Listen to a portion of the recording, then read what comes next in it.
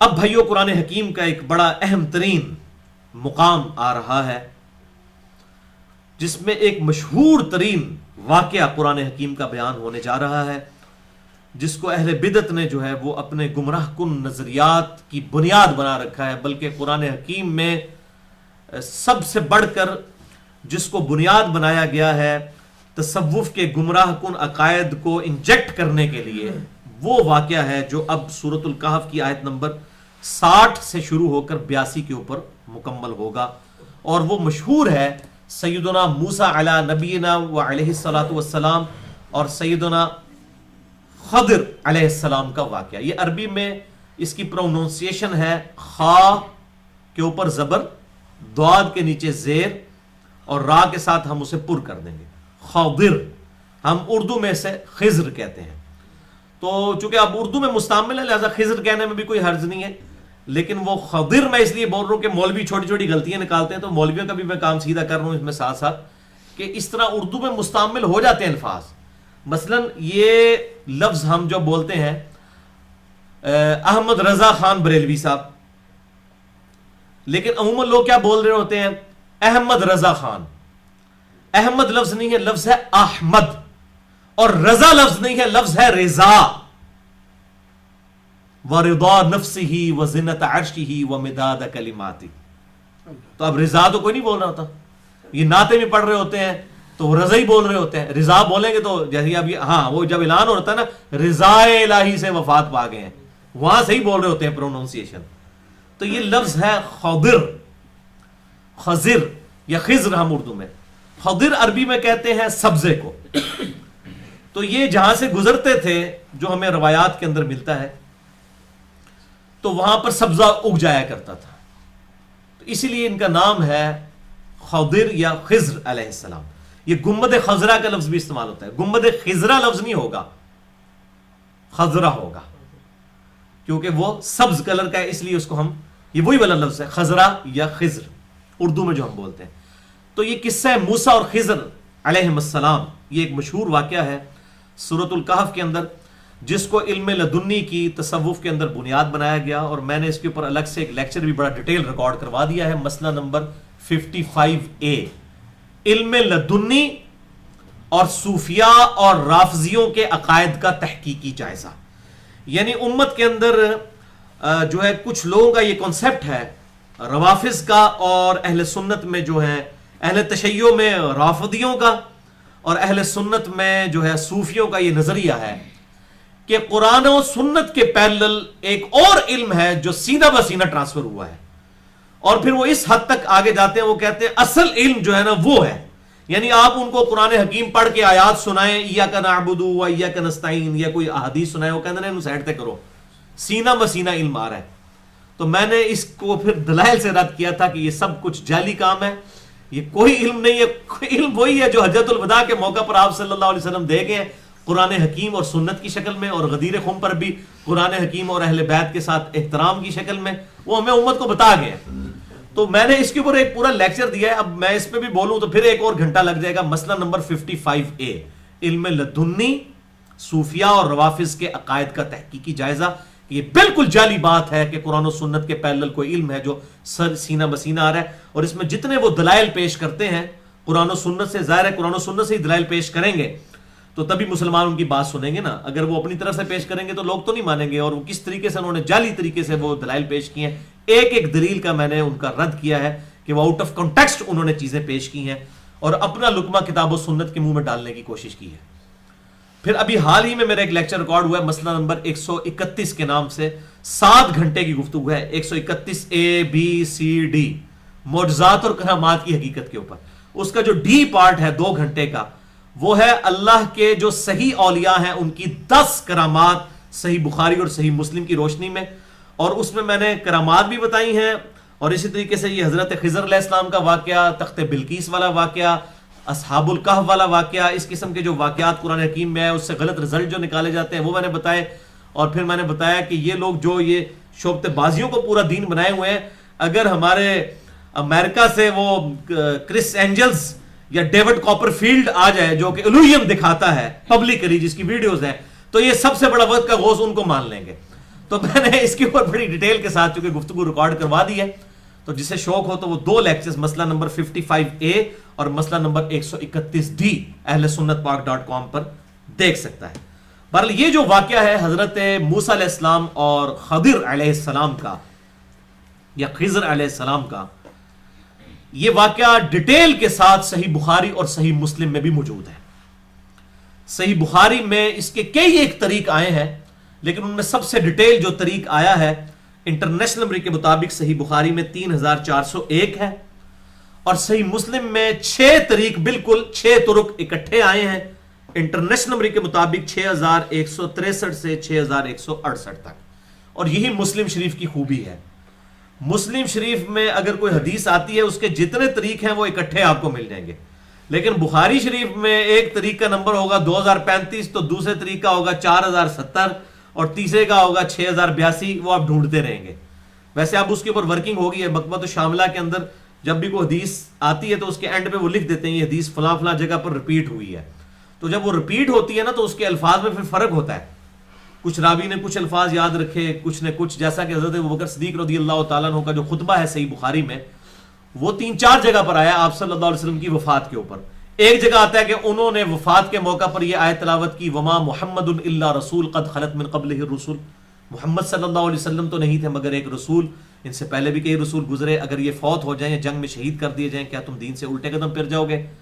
اچھا دوسرے طریق میں صحیح بخاری میں آتا ہے کہ حضرت ابوبکر صدیق نے یہ آیت تلاوت کی انک میت وانہم میتون، اے نبی آپ کو بھی موت آنی ہے اور ان کافروں کو بھی موت آنی ہے عنقریب۔ تو اب وہ ایک طریق میں یہ جمع نہیں ہے یہ بات ہے، تو یہ ایک سے زیادہ طریق جب آتے ہیں تو وہ پھر سارے ڈھونڈنے پڑتے ہیں مختلف الفاظ کے ساتھ، پھر ایک کمبائنڈ رزلٹ نکالا جاتا ہے۔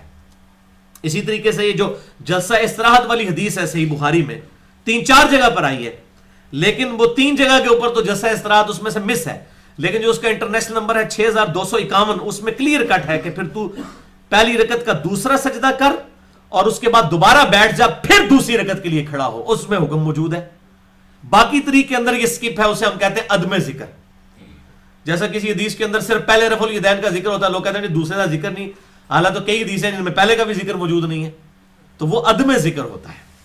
تو اس طریقے سے صحیح مسلم میں یہ جو طریق ہیں 6163 سے 6168 تک، اس میں یہ پورا ڈیٹیل واقعہ جو ہے وہ آیا ہے، اور بخاری میں 3401 نمبر، اور وہ کانٹیکسٹ جو بخاری مسلم میں آیا وہ میں آپ کو بتا دیتا ہوں کہ ایک دفعہ حضرت موسیٰ علیہ السلام سے بھرے مجمع میں کسی نے پوچھ لیا کہ اس وقت دنیا میں سب سے بڑا عالم کون ہے؟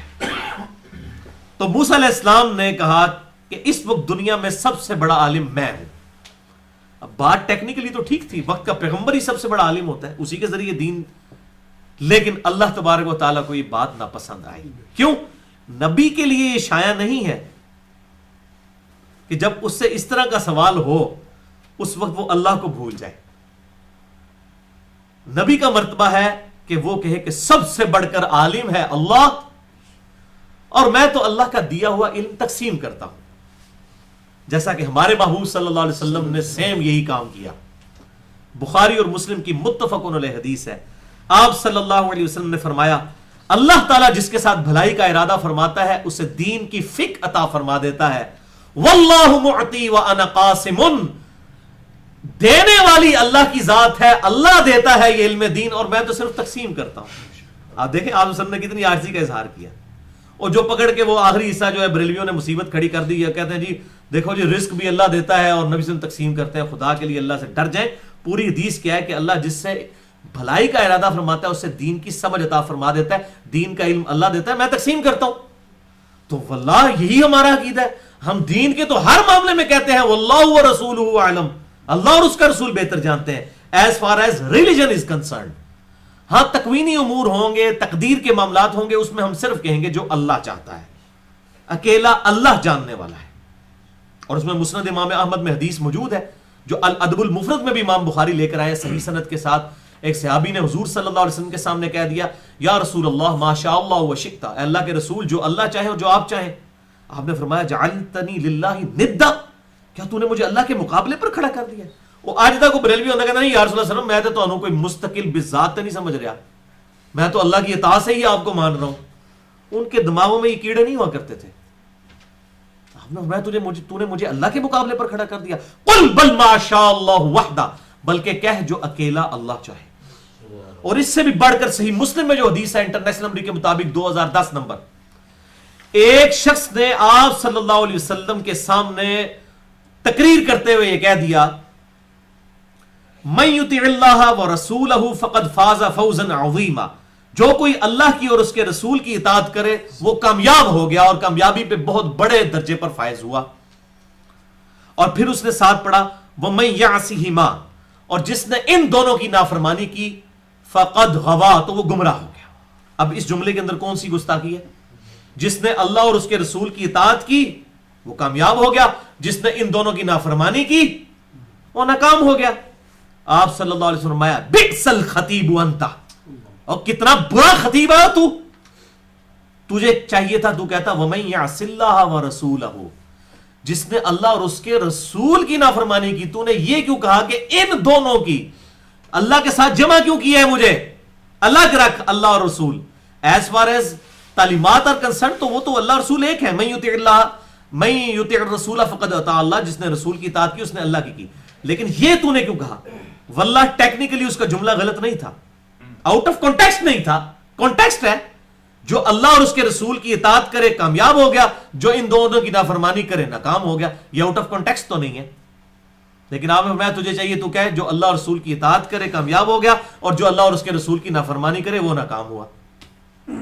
اور ابو داؤد میں آگے الفاظ ہے، آپ نے فرمایا قم اذهب، اٹھ اور ادھر سے تو اپنی شکل اس ٹائم غائب کر دے، میرے سے دور ہو جا. حالانکہ آپ وَإِنَّكَ لَعَلَىٰ خُلُقٍ عَظِيمٍ ہے، اخلاق کے بلند ترین درجے پر فائز ہے. لیکن آپ کو اتنا غصہ آیا، آپ نے فرمایا اٹھ اور ادھر سے دفع ہو جا، تو نے اتنی بڑی بات کر دی ہے، کتنا برا خطیب ہے تو. صحیح مسلم 2010 کتاب الجمعہ چیپٹر کے اندر صحیح مسلم کے اندر موجود ہے. تو تکوینی امور جہاں ہوں گے وہاں آپ یہ نہیں کہیں گے کہ جو اللہ اور اس کا رسول چاہے، بلکہ کہیں گے جو اللہ چاہے. تو یہاں پر حضرت موسیٰ علیہ السلام نے کہا کہ سب سے بڑا عالم میں ہوں. اللہ تعالیٰ کو یہ بات ناپسند آئی. یہ بخاری مسلم دونوں میں موجودہ نمبرز میں پہلے بتا چکا. اللہ تعالیٰ نے کیا پھر موسیٰ میں تیرا واسطہ ایسے بندے نال پواواں گا کہ جس کو میں نے وہ علم دیا ہے جو تجھے نہیں دیا ہوگا. تجھے پتا چلے کہ اور لوگ بھی ہیں جن کے پاس ایسے علم ہے جو تیرے پاس نہیں ہے. تو پھر موسیٰ علیہ السلام کو بتایا گیا کہ آپ ایک تلی ہوئی مچھلی اپنے ساتھ رکھ لیں، اور جہاں پر یہ مچھلی جو ہے یہ زندہ ہو کر دوبارہ پانی میں چلے جائے آٹومیٹکلی، دو پانیوں کے ملنے کی جگہ جہاں پر جو ہے وہ دریائے نیل کے دو پورشن آ کر ملتے ہیں، وہاں پر یہ معاملہ ہوگا. وہاں پر تجھے ہمارے ایک خاص بندوں میں سے ایک بندہ ملے گا، اس کے پاس تجھے جانا، تجھے وہ ایسا علم سکھائے گا جو تیرے پاس بھی نہیں ہے. تو اب یہ وہ واقعہ آ رہا ہے، اور وہ ہے حضرت خضر علیہ السلام. قرآن میں ان کا نام نہیں ہے لیکن بخاری مسلم میں ان کا نام موجود ہے. خضر علیہ السلام، اور ان کے اوپر بڑا جھگڑا ہے. کوئی کہتے ہیں یہ کوئی بزرگ تھے، وہ ڈاکٹر تعلق قاضی صاحب کہتے ہیں دیکھو نبی ولی سے سیکھنے گیا.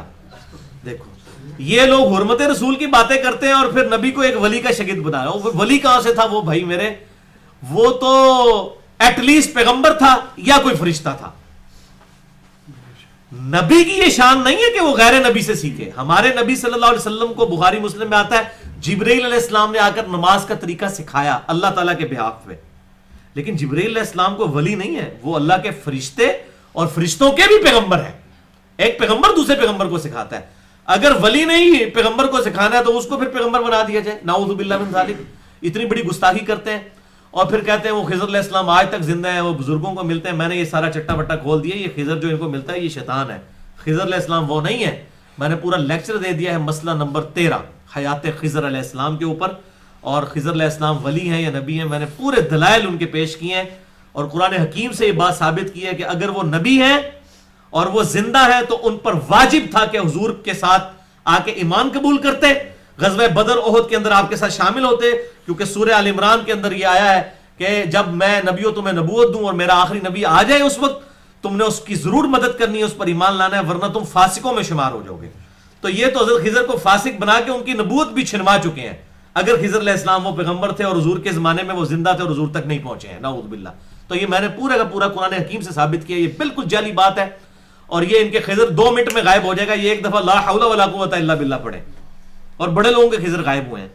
ہمارے بھی یہاں پر ایک بھائی ہیں وہ کہتے ہیں جی خضر علیہ السلام ملتے ہیں، میں کہا ہوں ملے نہ صرف پڑھنا لا حول ولا قوت الا باللہ. تو اگر وہ غائب ہو گیا تو سمجھ لینا وہ کیا ہے، شیطان ہے. اور اگر اللہ کا نیک بندہ ہوا تو یہ تو بخاری مسلم کی حدیث ہے، جنت کے خزانوں میں سے خزانہ ہے لا حول ولا قوت الا باللہ. تو خوش ہو جائے گا، کہنا نہیں جی نہیں گستاخی ہو جائے گی. تو جو اللہ کے ذکر کو گستاخی سمجھ رہا ہے تو وہ شیطان ہی ہوگا نا. ٹھیک ہے، اچھا ان کو بھی یقین ہے کہ پڑھا تھا کدھر غائب ہی نہ ہو جائے. ہاں وہ پتہ ہے ہی شیطان ہے، غائب ہو جائے گا. رحمان کا بندہ ہوگا تو وہ خوش ہوگا لا حول ولا قوت الا باللہ. میرے سامنے تسی آگے لاکھ بار پڑھو میں تو نہیں غائب ہوندا. ٹھیک ہے جی، ہم تو خوش ہوں گے کیونکہ بخاری اور مسلم کی متفق علیہ حدیث ہے کہ جنت کے خزانوں میں سے ایک خزانہ مجھے اللہ نے عطا فرمایا لا حول ولا قوت الا باللہ. نہیں ہے طاقت گناہ سے بچنے کی اور نہ ہمت ہے نیکی کرنے کی مگر اس کی توفیق سے. لا حول ولا قوت الا باللہ یہ اسم اعظم بھی ہے. تو یہ آ کے ان کو انسانی شکل میں جو ملتے ہیں. تو یہ واقعہ آیا ہے اور آدھا سچ بڑا خطرناک ہوتا ہے. اب خضر بھی موجود ہیں، واقعہ بھی موجود ہے، آگے سٹوری انہوں نے خود لگا لی. جیسے وہ 10 ہوتا ہے نا، 3 صفریں لگا کے 1000 بنا دیتے ہیں. تو اب یہ واقعہ آپ جو ہے وہ یہاں پر چونکہ اس کی پوری ڈیٹیل آئی ہے تو اس لیے مجھے مزید اس احادیث سے ڈیٹیل بتانے کی ضرورت نہیں، میں ساتھ ساتھ بتاتا جاؤں گا کیونکہ اب ٹائم بھی تھوڑا رہ گیا تو اس کو ہم کور کر لیں. سورۃ الکہف آیت نمبر 60 سے 82 تک. وَإِذْ قَالَ مُوسَى لِفَتَاهُ، اور یاد کرو جب موسیٰ علیہ السلام نے اپنے نوجوان ساتھی سے کہا لا ابرح حتی ابلغ مجمع البحرین، کہ میں چلتا رہوں گا یہاں تک کہ میں 2 دریا کے ملنے کی جگہ تک پہنچ جاؤں. یہ ساتھی کون تھے؟ وہ بخاری اور مسلم میں آتا ہے یوشع ابن نون، جو خلیفہ اول بھی بنے موسیٰ علیہ السلام کے. اس وقت تک اللہ نے ان کو پیغمبر نہیں بنایا تھا لیکن بعد میں ان کو پیغمبر بنایا گیا. یعنی اللہ کے علم میں تو ہمیشہ سے تھے لیکن ابھی مبعوث نہیں ہوئے تھے. یہ ان کے صحابی بھی تھے اور نوجوان تھے جو خادم کی حیثیت سے حضرت موسیٰ علیہ السلام کے ساتھ تھے. او امضی حقبا، یا پھر میں چلتا رہوں گا یہاں تک کہ مدتوں چلتا رہوں، یعنی جب تک میں اس بندے تک نہ پہنچ جاؤں تو میں نے اب چلنا ہے. یہ اللہ کی طرف سے وحی کے ذریعے ان کو بتایا گیا تھا کہ آپ 2 دریاؤں کے ملنے کی جگہ پر اس شخص کو پائیں گے. فلما بلغا، پھر جب وہ پہنچے مجمع بینہما، 2 دریاؤں کے ملنے کی جگہ پر، نسیا حوتہما، تو وہ دونوں بھول گئے اپنی مچھلی کو. فاتخذ سبیلہ فی البحر سربا، اس مچھلی نے نکل کر خود دریا میں سرنگ بنا لی. یعنی وہ سستانے کے لیے کسی چٹان کے پاس رکے، ان کے پاس برتن میں بنی ہوئی مچھلی تھی جو بخاری مسلم میں ڈیٹیل سے آتا ہے. تو حضرت موسیٰ علیہ السلام کی تو آنکھ لگ گئی اور ساتھ حضرت یوشع ابن نون تھے. انہوں نے یہ منظر دیکھا کہ وہ مچھلی جو ہے وہ تڑپی خود برتن سے نکل کے اور اس نے خود دریا میں چھلانگ لگا دی، تلی ہوئی مچھلی. یعنی اس میں تو گنجائش نہیں. ابھی بہت بڑا معجزہ تھا ایک کسی کے سامنے ہو جائے، اور یہ کوئی بھولنے والی بات تھی. یعنی یہ ہو جائے تو ویسے بندے سے ہاتھ پیر کمنے شروع ہو جاتے کہ ہو گیا. لیکن اب وہ آزمائش تھی تو وہ بھول ہی گئے. حضرت موسیٰ علیہ السلام جب اٹھے تو وہ حضرت موسیٰ علیہ السلام کو بتانا بھول گئے کہ اتنا بڑا معاملہ ہوا ہے، آپ کی مچھلی تو بھاگ گئی. اچھا اب کیا ہوا؟ فاتخذ سبیلہ فی البحر سربا، تو اس نے جو ہے وہ اس پانی کے اندر راستہ بنا دیا. فلما جاوز قال لفتاہ آتنا غداءنا، جب وہ آگے بڑھے تو موسیٰ علیہ السلام نے ایک مقام پر پہنچ کر کہا کہ لا اے لڑکے میرا ناشتہ لے کر آؤ. لقد لقینا من سفرنا هذا نصبا، بے شک میں اس سفر سے بڑی مشقت میں پڑ چکا ہوں، یعنی مجھے تھکاوٹ ہو گئی ہے، تو جو ہے وہ میرا ناشتہ لے کر آ، وہ جو مچھلی لائے ہوئے ہیں وہ پیش کر. اچھا صحیح بخاری اور مسلم میں موجود ہے. ڈاکٹر اسرار صاحب نے جب یہ تفسیر بیان کی تو انہوں نے کہا کہ بزرگوں نے اور علماء نے یہ قاعدہ بتایا، بزرگوں علماء نے نہیں دسیا، یہ بخاری مسلم میں موجود ہے کہ ان کو تھکاوٹ اس لیے ہو گئی تھی کہ وہ اللہ تعالیٰ کے بتائے ہوئے اس مقام سے آگے چلے گئے تھے. وہاں تک ان کو تھکاوٹ نہیں ہوئی تھی لیکن چونکہ وہ جو ہے وہ ایگزاسٹ ہو گئے کیونکہ انہوں نے زیادہ فاصلہ طے کر لیا تھا، اس لیے ان کو تھکاوٹ ہو گئی. تو یہ حدیث بخاری میں الفاظ موجود ہیں کہ چونکہ انہوں نے زیادہ فاصلہ طے کر لیا تھا، اس مقام سے آگے چلے گئے تھے، اس لیے ان کو تھکاوٹ ہوئی. تو میں نے ڈاکٹر صلاح صاحب کی اس حوالے سے اصلاح بھی اس میں کر دی. تو انہوں نے اپنے اس غلام سے کہا کہ لے کر آ میرا ناشتہ. لقد لقینا من سفرنا هذا نصبا، بے شک اس سفر کی وجہ سے مجھے مشقت اور تھکاوٹ ہو چکی ہے. قال ارأيت اذ اوینا الى الصخرة فانی نسیت الحوت، تو ان ساتھی نے عرض کی کہ اے موسیٰ علیہ السلام آپ بھلا آپ نے ملاحظہ فرمایا کہ جب ہم اس چٹان کے پاس تھوڑی دیر آرام کے لیے رکے تھے تو میں بھول گیا یہ بات اس مچھلی کو،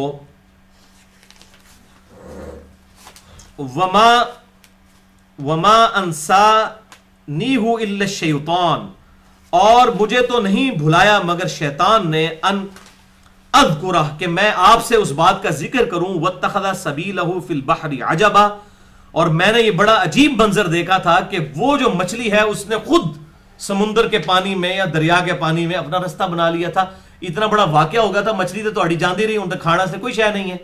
اچھا، قال ذالک ما كنا نبغي، تو حضرت موسیٰ علیہ السلام نے کہا اوے یہی تو وہ جگہ تھی جس کی ہمیں تلاش تھی، کیونکہ یہ ایکسٹراڈنری جو واقعہ ہوا ہے یہی وہ مقام تھا. وہ تلی ہوئی مچھلی جو اللہ نے مجھے رکھنے کے لیے کہا تھا وہ اس لیے تھا کہ نشانی ظاہر ہونی تھی کہ اس مچھلی نے زندہ ہو کے پانی میں چلے جانا تھا. انہوں نے کیا بندیا اوتے ہی تے جانا سی، اب کیا کر، فرتد علی آثارہما قصصا، تو پس دونوں اپنے قدموں پر لوٹے نشانات کو دیکھتے ہوئے اسی چٹان کے پاس واپس آئے جس چٹان کے پاس تھوڑی دیر وہ رکے تھے. فوجد عبدا من عبدنا، تو وہاں پایا انہوں نے ہمارے بندے میں سے ایک بندوں میں سے ایک بندے کو، آتیناہ رحمتا من عندنا، جسے ہم نے اپنے پاس سے رحمت عطا فرمائی تھی، وعلمناہ من لدنا علما، اور ہم نے اسے اپنی طرف سے خاص علم عطا فرمایا تھا. یہ ہے من لدنا، اپنی جانب سے، اسی سے علم لدنی نکال لیا انہوں نے، یہ لفظ یہاں سے نکالا ہے علم لدنی، خاص علم. وہ میرا مسئلہ نمبر 55 سن لیں، ان کا میں نے جو علم لدنی جو انہوں نے ڈھکوسلا بنایا ہوا ہے نا جس اعتبار سے، وہ پورے کا پورا میں نے جنازہ قرآن حکیم اور بخاری مسلم کی روشنی میں نکال دیا، اور انہوں نے گاٹے فٹ کر دیتے ہیں وہ دلائل کہ یہ تو بھائی میرے دلائل ہی آپ بالکل لیم ایکسکیوزز پیش کر رہے ہیں. اچھا، قال لہ موسیٰ، تو موسیٰ علیہ السلام نے اس بندے سے کہا، یعنی کہ حضرت خضر علیہ السلام سے جن کا نام جو ہے وہ بخاری اور مسلم میں آیا، هل اتبعک علی ان تعلمنی مما علمت رشدا، کہ میں آپ کے ساتھ، کیا میں آپ کے ساتھ کچھ وقت گزار سکتا ہوں کہ آپ مجھے وہ رشد و ہدایت کا علم سکھائیں جو اللہ تعالیٰ نے آپ کو سکھایا ہے. قال انک لن تستطیع معی صبرا، انہوں نے کہا کہ اے موسیٰ علیہ السلام آپ میرے ساتھ صبر نہیں کر سکیں گے، علم تو میں آپ کو سکھاؤں گا لیکن آپ کو صبر چاہیے ہوگا. اچھا، بخاری اور مسلم میں الفاظ ہیں کہ حضرت خضر نے کہا کہ اے موسیٰ علیہ السلام اللہ تعالیٰ نے آپ کو کچھ ایسے علم سکھائے ہیں جو مجھے نہیں سکھائے، اور مجھے کچھ ایسے علوم سکھائے ہیں جو آپ کو نہیں سکھائے. تو اس سے بات پتہ چلی کہ وہ بھی کوئی کلی طور پر کوئی عالم نہیں تھا، اس کے پاس کوئی ایسا علم تھا جو موسیٰ علیہ السلام کے پاس نہیں تھا، اور موسیٰ علیہ السلام کے علم اس کے پاس نہیں تھے. اگر وہ کوئی بہت بڑا بزرگ تھا تو کم از کم موسیٰ علیہ السلام والا علم تو اس کے پاس ہونا چاہیے تھا نا، اگر وہ موسیٰ علیہ السلام سے کوئی بڑا عالم تھا تو اب موسیٰ علیہ السلام کو اس نے کیا کہا کہ آپ صبر نہیں کر سکیں گے. کیوں؟ پیغمبر، اور اس میں الفاظ ہیں بخاری اور مسلم میں کہ آپ صبر نہیں کر سکیں گے، اور یہاں پر بھی جو ہے وہ اس کی طرف اشارہ موجود ہے، وَكَيْفَ تَصْبِرُ عَلَى مَا لَمْ تُحِطْ بِهِ خُبْرًا، اور آپ کیسے صبر کر سکیں گے جبکہ آپ کو اس کی پوری واقفیت ہی نہیں ہے جو میں کرنے جا رہا ہوں. کیونکہ آپ تو ظاہر کے اوپر فتویٰ لگائیں گے، نبی کا تو کام ہے وہ غلط کام دیکھے گا تو وہ کہے گا غلط ہے، جو روٹین سے ہٹ کر کام ہوگا، کیونکہ نبی کا تو کام ہی یہی ہے کہ وہ خلاف شرع کاموں کو روکے. لیکن اگر وہ کام ایسے ہیں جو اللہ تعالیٰ کی مرضی سے ہو رہے ہیں، اللہ کی تفویض کرنے سے ہو رہے ہیں، کسی فرشتے کے ذریعے ایگزیکیوٹ ہو رہے ہیں، اور مولانا مودودی کا موقف میرا خیال مضبوط ہے. ان کا موقف یہ ہے کہ یہ جو اللہ تعالیٰ کی طرف سے کام تفویض ہوتے ہیں فرشتوں کو، جیسے روح نکالنے والا فرشتہ ہے، وحی لانے والا فرشتہ ہے، اس طرح یہ کوئی فرشتہ تھا جو خضر ہے، یا اگر کوئی پیغمبر بھی ہو تو وہ ولی نہیں ہے، پیغمبر تھا. فرشتے والی بات جو ہے وہ فٹ ان بیٹھتی ہے قرآن حکیم کے اس اسلوب کے اندر. تو انہوں نے کہا آپ کا مجھ پہ صبر بھی نہیں اس معاملے میں کر سکیں گے. قال ستجدونی انشاءاللہ صابرا، تو موسیٰ علیہ السلام نے کہا کہ انشاءاللہ آپ مجھے صبر کرنے والوں میں پائیں گے. اب یہاں تو انہوں نے صبر کے ساتھ انشاءاللہ کہہ دیا کہ انشاءاللہ مجھے صبر کرنے والوں میں پائیں گے. ولا اعصی لک امرا، اور میں آپ کے حکم کی نافرمانی نہیں کروں گا. لیکن اس کے ساتھ انہوں نے انشاءاللہ نہیں کہا. دو جملے انہوں نے بولے ہیں کہ آپ مجھے صبر کر. صبر تو انہوں نے پھر کیا نا. ایک بندے کے سامنے بچہ قتل ہو تو بندہ تو گل پہ جاتا ہے اگلے دن کہ یار تو کیا کام کیتا ہے.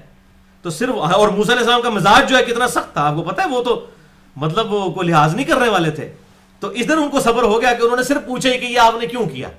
حالانکہ موسیٰ علیہ السلام کا مزاج یہ نہیں تھا کہ پوچھ دے. وہ تو بخاری مسلم میں آتا ہے, انہوں نے اسرائیل کو بھی تھپڑ مار دیا تھا, اس کی آنکھ نکال دی تھی. تو ان کا تو اس طرح کا مزاج نہیں تھا. تو صبر اللہ نے ان کو انشاءاللہ کی برکت سے نصیب کر دیا. لیکن جو ساتھ تھا نا, ولا اعصی لک امرا, اور میں آپ کے حکم کی نافرمانی نہیں کروں گا. حکم یہ دیا تھا کہ چپ رہنا ہی, اس کے ساتھ وہ انشاءاللہ کہنا بھول گئے. تو ہر موقع پہ وہ بولے ہیں, آپ دیکھ لیں. یہ میں آپ کو ٹیکنیکل پوائنٹ بتا رہا ہوں. قال فإن اتبعتنی فلا تسألنی عن شیء, تو انہوں نے کہا کہ پھر اگر تو میرے ساتھ رہنا چاہتا ہے تو جو کچھ تو مجھ سے دیکھے گا, مجھ سے سوال کسی معاملے میں تو نے نہیں کرنا, چپ کر کے ویکھدا جا میں کی کرنا. حتی احدث لک منہ ذکرا, یہاں تک کہ میں خود ہی تم سے وہ ذکر نہ کر دوں کہ میں نے یہ کام کیوں کیا تھا.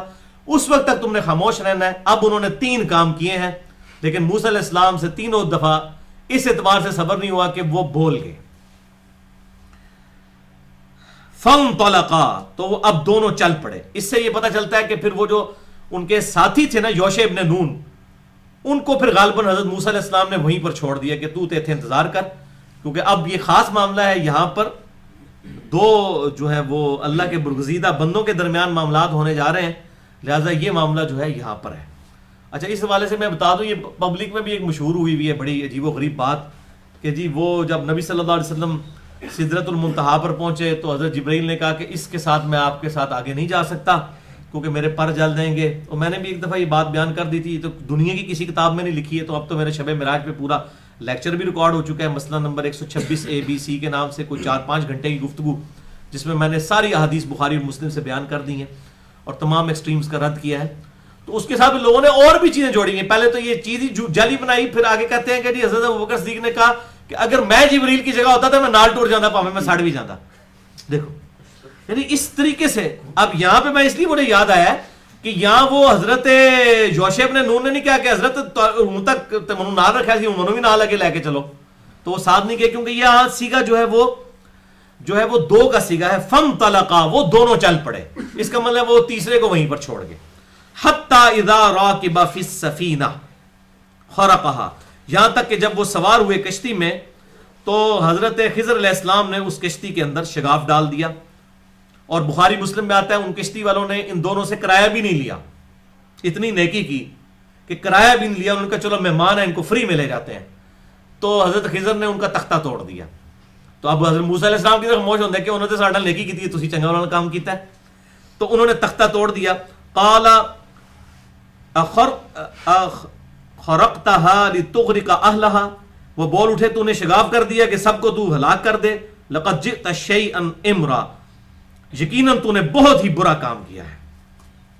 اب یہ پہلی دفعہ پہ وہ بول پڑے تو حضرت خضر علیہ السلام نے ان کو یاد کروایا. قال الم اقل انك لن تستطيع معي صبرا, کہ میں نے بے شک تجھ سے یہ بات نہیں کہی تھی کہ تو میرے ساتھ صبر نہیں کر سکے گا.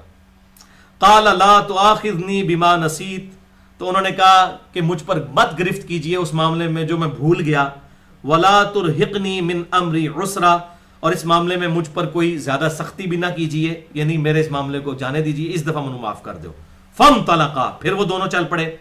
حتی اذا لقی غلاما, یہاں تک کہ جب انہوں نے ایک ایسے مقام پر ایک لڑکے کو پایا. فقتلہ, تو حضرت خضر نے اس لڑکے کو قتل کر دیا. قال اقتلت نفسا زکیۃ بغیر نفس, تو حضرت موسیٰ علیہ السلام جو ہے وہ ظاہر ہے ان کو فوراً غصہ آ گیا. انہوں نے کہا کہ تو نے ایک جان کو بغیر جان کے بدلے قتل کر دیا. اللہ کا تو حکم ہے کہ قتل کے بدلے قتل ہوگا, تو نے خام خواہ ایک بندے کو قتل کر دیا, ایک بچے کو. لقد جئت شیئا نکرا, تو نے تو بہت ہی جو ہے وہ نازیبہ حرکت کی ہے یہ جو تو نے کام کیا. جلال اپنے نال نہ لیا, الفاظ بڑے سخت چل رہے ہیں.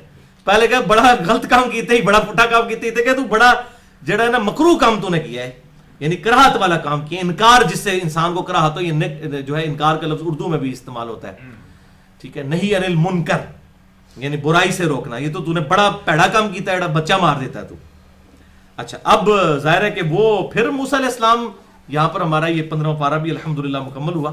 اب جو 16واں پارہ ہے وہ پھر اسی لفظ کے ساتھ شروع ہوتا ہے. قال الم اقل لک انک لن تستطیع معی صبرا. تو انہوں نے کہا کہ میں نے تجھے پہلے ہی کہا تھا کہ تیری طبیعت ایسی نہیں کہ تو میرے ساتھ صبر کر سکے، تو پھر تو اب بول پڑا ہے. اچھا اب اسی سے وہ صوفیان نکالا ہوا ہے، بچے کی گردن مروڑ دیتے ہیں. آپ دیکھتے ہیں یہاں پہ لوگ بچے بھی ذبح کر دیتے ہیں، پیر کے کہنے کے اوپر بچے کو دفنا دیا، ذبح کر دیا، اور وہ پولیس سے لیتے ہیں. بھائی میرے اس کے آگے آ جائے گا کہ انہوں نے یہ کہا کہ میں نے جو کچھ کیا ہے اللہ تعالیٰ کے کہنے پر کیا ہے، اور جو یہ کہے کہ میں نے اللہ کے کہنے پر کیا ہے، یا وہ نبی ہوتا ہے یا غلام احمد قادیانی ہوتا ہے. پھر تیسری کوئی گنجائش نہیں ہوگی. یا وہ دجال ہوگا غلام احمد قادیانی، یا واقعی اللہ کا پیغمبر ہوگا، یا فرشتہ ہوگا کوئی اللہ کی طرف سے. تو یہ اس طرح کے پیر فقیر جو اس طرح کے بنے ہوئے ہیں، جو کہتے ہیں کہ اللہ تعالیٰ کے حکم سے ہم یہ غلط کام کر رہے ہیں، تو وہ غلام احمد قادیانی کی ہی اولاد ہے اور اسی دجال کے جو ہے ماننے والے ہیں. کیونکہ پیغمبری کا دروازہ تو اب بند ہو چکا ہے. پیغمبر کے علاوہ تو کوئی دعویٰ کر ہی نہیں سکتا کہ یہ میں نے جو ہے وہ جو کچھ کیا ہے وہ اللہ کے کہنے پر کیا ہے. ہم تو صرف وہ کام جو اللہ کے کہنے پہ کر سکتے ہیں کہ اللہ نے اپنے نبی کے ذریعے ہمیں کو حکم دیا ہے کہ 5 وقت نماز پڑھو، تو ہم یہ کہہ سکتے ہیں میں اللہ کے کہنے پہ نماز پڑھ رہا ہوں. لیکن جو شریعت کے جو احکام ہیں ان سے ہٹ کر میں کوئی دنیا کا اپنا کام کرتا ہوں یا کوئی ایکٹیویٹی پرفارم کرتا ہوں، اس میں تو میں یہ نہیں کرتا اللہ نے مجھے حکم دیا ہے میں یہ کام کر رہا ہوں، جو کہ میں اپنی مرضی سے کر رہا ہوں، اور پھر وہ کام بھی خلاف شرع ہو بظاہر. اب اسرائیل علیہ السلام اگر کسی کو جا کے قتل کرتے ہیں، اس کی روح نکالتے ہیں، تو وہ خلاف شرع تو کام نہیں ہوگا. لیکن اگر وہ انسانی شکل میں آگے کسی کی روح نکال رہے ہیں، کسی کو قتل کر دیتے، تو ہمارے سامنے تو خلاف شرع ہی ہوگا. تو یہ فرشتہ تھا، ظاہر ہے کہ انسانی شکل میں اللہ تعالیٰ کی طرف سے، یا وہ کوئی پیغمبر تھا جو اللہ تبارک و تعالیٰ نے علم سکھانے کے لیے حضرت موسیٰ علیہ السلام کے ساتھ اٹیچ کیا. قال ان سألتک عن شیء بعدها فلا تصاحبنی. تو حضرت موسیٰ علیہ السلام نے کہا اگر میں نے آپ سے اب اگلی دفعہ میں نے کوئی کلام کیا کسی معاملے میں، تو آپ مجھے اپنے ساتھ نہ رکھیے گا، آخری دفعہ جو ہے مجھے معاف کر دیں. لیکن اب یہ دیکھیں دونوں دفعہ انشاءاللہ پھر کہنا بھول گئے وہ. تو اور وہی ہوا کہ وہ تیسری دفعہ بھی پھر ان کی زبان سے الفاظ اس اعتبار سے نکل گئے. قد بلغت من لدنی عذرا. آپ میری طرف سے جو ہے وہ معذور ہوں گے اگر آپ مجھے اپنے آپ سے الگ کر دیں، مجھے آخری دفعہ مہلت دے دیجئے. فانطلقا. پھر دونوں چل پڑے. حتی اذا اتیا اہل قریۃ استطعما اہلہا. حتیٰ کہ وہ ایک ایسے گاؤں پر پہنچے کہ جس گاؤں کے رہنے والوں سے انہوں نے کھانا مانگا. ظاہر ہے مہمان تھے، اور یہ کلچر ہے آج بھی گاؤں ایریا میں جب باہر سے مہمان آتا ہے تو کھانا مسافروں کو کھانا دینا، یہ وہ خود بھی مانگ سکتے ہیں، اس میں کوئی حرج نہیں ہے. تو انہوں نے جا کر کھانا مانگا. فَأَبَوْا أَن يُضَيِّفُوهُمَا. اور انہوں نے انکار کر دیا کہ ان کو اپنا مہمان بنائے. یعنی وہ ایسے کوئی ہٹ دھرم کے قسم کے لوگ تھے کہ انہوں نے مہمانوں کا خیال نہیں کیا، ان کو کھانا نہیں دیا. فَوَجَدَ فِيهَا جِدَارًا. تو وہاں پر موسیٰ علیہ السلام اور حضرت خضر علیہ السلام نے ایک دیوار پائی. تو یرید ان ينقض فاقامه. وہ قریب تھا کہ دیوار گر جاتی، تو حضرت خضر علیہ السلام نے اس کو کندھا دے کر سیدھا کھڑا کر دیا. قال لو شئت لاتخذت علیہ اجرا. تو موسیٰ علیہ السلام نے کہا کہ اگر تو چاہتا نا تو یہ جو تو نے دیوار سیدھی کی اسی کی مزدوری مانگ لیتا، ہم روٹی تو کھا لیتے. تو اب موسیٰ علیہ السلام کے کومنٹ ساتھ ساتھ چل رہے ہیں. تو اب انہوں نے کہا قال ھذا فراق بینی و بینک. انہوں نے کہا اب تیرے اور میرے درمیان فراق ہے، اس کے بعد ہم ساتھ نہیں چل سکے، کیونکہ تو نے وعدہ کیا تھا کہ اب تو بولا تو پھر مجھے علادہ کر دیجیے گا، تو اب تیرے اس وعدے کے مطابق اب ہم ساتھ نہیں چل سکتے. اور اسی پہ الفاظ ہیں بخاری اور مسلم میں آپ صلی اللہ علیہ وسلم کے. آپ فرماتے ہیں اللہ تعالیٰ موسیٰ علیہ السلام پر رحم فرمائے، اگر وہ صبر کر لیتے تو اور کئی چیزیں ہمیں پتہ چل جاتی. یہ بخاری اور مسلم میں آپ صلی اللہ علیہ وسلم کے اس پہ آپ صلی اللہ علیہ وسلم کے کومنٹس بھی اور اوپینین بھی موجود ہے اسی موقع کے اوپر. تو انہوں نے کہا کہ اب تیرے اور میرے درمیان جو ہے یہ اب فراق ہے. سأنبئک بتأویل ما لم تستطع علیہ صبرا. اب ان قریب میں تجھے تعویل بتاتا ہوں ان کاموں کی کہ جس پر تم صبر نہیں کر سکے. تو سنو، پہلا جو کام کیا ہوا تھا، اما السفینۃ، وہ جو کشتی تھی، فکانت لمساکین، وہ چند غریبوں کی تھی، یعملون فی البحر، جو ملاحی کا کام کرتے تھے اس پانی کے اندر، یعنی وہ اپنی گزر بسر جو ہے وہ اس کشتی کو چلا کر کرتے تھے، لیکن وہ غریب لوگ تھے. فارادت ان اعیبہا، اور میں نے یہ ارادہ کیا کہ میں اسے عیب زدہ کر دوں، یعنی اس کا ایک پھٹا توڑ دیا. ایک پھٹا توڑ جانا کوئی مسئلہ نہیں، پوری کشتی کو لے جائے تو وہ بڑا ایشو ہے. تو میں نے اس کو عیب دار کر دیا. کیوں کیا؟ وَكَانَ وَرَاءَهُمْ مَلِكٌ، کیونکہ اس کی وجہ یہ تھی کہ آگے ایک جابر حکمران تھا، بادشاہ تھا. يَأْخُذُ كُلَّ سَفِينَةٍ غَصْبًا، وہ ہر ایک کشتی کو زبردستی پکڑ لیتا تھا. یہ کوئی جابر بادشاہ تھا جو غریبوں کی بھی کشتیاں نہیں چھوڑتا تھا. تو اب وہ جو عیب والی کشتی ہوگی وہ نہیں پکڑے گا. تو ایک پھٹا توڑ کے اس کا نقصان کرنا یہ بڑا نقصان ہے، یا پوری کشتی کا جانا بڑا نقصان ہے؟ پوری کشتی کا. تو بیسیکلی اس پورے واقعے میں مسئلہ تقدیر سمجھایا جا رہا ہے. اس بات کو آپ سمجھیں اب کہ اللہ تعالیٰ کی طرف سے اگر کوئی چھوٹی تکلیف آئے تو انسان یہ دیکھے کہ اس سے بڑی تکلیف آ سکتی ہے. کسی شخص کے ساتھ کوئی ایسا معاملہ ہو گیا ہے تو وہ صبر کرے کہ اس سے بڑا معاملہ بھی میرے ساتھ ہو سکتا تھا.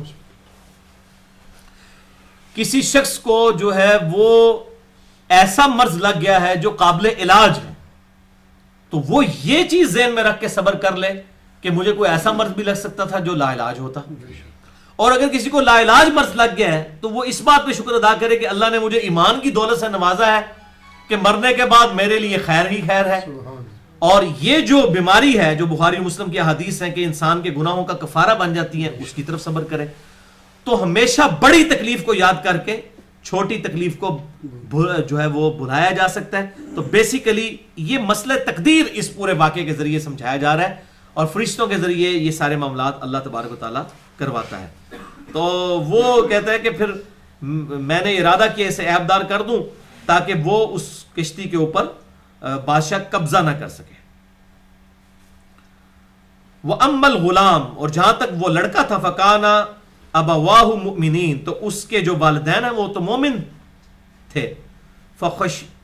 فَخَشِينَا أَن يُرْهِقَهُمَا طُغْيَانًا وَكُفْرًا، اور ہمیں یہ اندیشہ ہوا کہ یہ اگر زندہ رہا تو اپنے ماں باپ کو بھی کفر اور نافرمانی کے اوپر مجبور کر دے گا. جس طرح بھی ہوتا ہے، بڑے نیک لوگ ہوتے ہیں لیکن اولاد جو ہے وہ مصیبت میں ڈال دیتی ہے. جس طرح واصف علی واصف صاحب لکھتے ہیں کہ میں نے ایک جگہ بندے کو دعا کرتے ہوئے دیکھا، اس نے کہا یا اللہ جو 25 سال پہلے میں دعا کی تھی وہ واپس لے لائے. تو کہتے ہیں میں نے پوچھا یہ تو کیا دعا کر رہا ہوں؟ ان کا 25 سال پہلے میں نے رو رو کے اللہ تعالیٰ سے ایک بیٹا مانگا تھا، لیکن آج میرے لیے وبال جان بن گیا، نشئی ہو گیا، پوڈری ہو گیا، پورا گھر کا مکان اور گھر کا سامان بیچ کے کھا گیا. تو میں کہتا ہوں یا اللہ اب اس کو واپس ہی لے لے، اس سے بہتر ہے. تو بعض اوقات انسان جو ہے وہ خواہشات کے اندر جو ہے وہ بہت زیادہ جو ہے وہ جلدی مچاتا ہے اور اللہ تبارک و تعالیٰ کی تقدیر پر راضی نہیں رہتا. حالانکہ اسی معاملے کے اندر اس کے لیے خیر ہوتی ہے جو سورۃ البقرہ میں ہے کہ کسی چیز میں بسا اوقات ہے تو پرٹیکولرلی قتال کی شکل میں کے کانٹیکسٹ میں، لیکن یہ تعویل عام میں بھی ہے کہ کوئی ایسی چیزیں بھی ہیں دنیا کے اندر کہ جن سے کراہت محسوس کرتے ہو اس کے اندر تمہارے لیے خیر پوشیدہ ہوتی ہے، اور بعض چیزیں ایسی جن میں تم خیر سمجھتے ہو حالانکہ اس کے اندر شر ہوتا ہے. اللہ تعالیٰ جانتا ہے، تم نہیں جانتے. اس میں اکثر مثال دیتا ہوں کہ ایک ایسا شخص جس کا کروڑوں کا بزنس ہو امریکہ میں، اس نے شام کی فلائٹ امریکہ کی پکڑنی ہو اور وہ ٹریفک سگنل اور ٹریفک کے بندش کی وجہ سے لیٹ ہو جائے اور ایئرپورٹ پہ پہنچے اور اسے پتا چلے کہ وہ فلائٹ جو ہے اڑ گئی ہے، تو وہ کہے گا ہو میری دنیا کی بدترین نیوز یہ ہے کہ میری فلائٹ چھوٹ گئی اور میرا کروڑوں کا نقصان ہو گیا.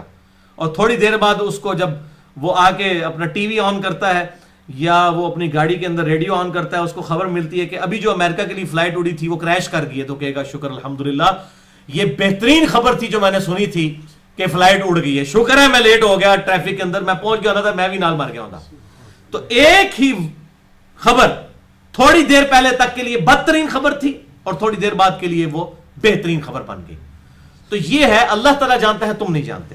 تو شر کے ساتھ خیر ہوتا ہے، خیر کے ساتھ شر پوشیدہ ہوتا ہے. ان مع العسر یسرا، ان مع العسر یسرا، ہر مشکل کے بعد آسانی ہے، ہر مشکل کے بعد آسانی ہے. تو یہاں پر یہ مسئلہ ہے سمجھایا جا رہا ہے. تو اللہ تعالیٰ فرما رہا ہے کہ وہ انہوں نے جسٹیفیکیشن دی کہ اس کے ماں باپ جو ہیں وہ نیک تھے، لیکن ہمیں جو ہے وہ خطرہ ہوا کہ یہ ان کو بھی گناہ میں مبتلا کر دے گا. لیکن یہ کسی پیر فقیر کو نہیں ہوا کہ اس نے کوئی اپنی طرف سے فیصلہ کیا ہے. اے نہ ہوئے کہ پیر فقیراں دے کسی مننے والے دا منڈا جڑا ہے وہ کتاب و سنت منہج تے آ جائے تو کہن یہ تے گمراہ ہو گیا ہن تے مار دے اپنے بچے نو، تنوں بھی نہ گمراہ کر دے. کدھر ہو سکتا ہے نا، لوگ یہ کام کر دیتے ہیں. یہاں تو لوگ قانون کو ہاتھ میں لے لیتے ہیں ہر معاملے میں. تو اب 7 الفاظ آ رہے ہیں بالکل کلیئر کٹ.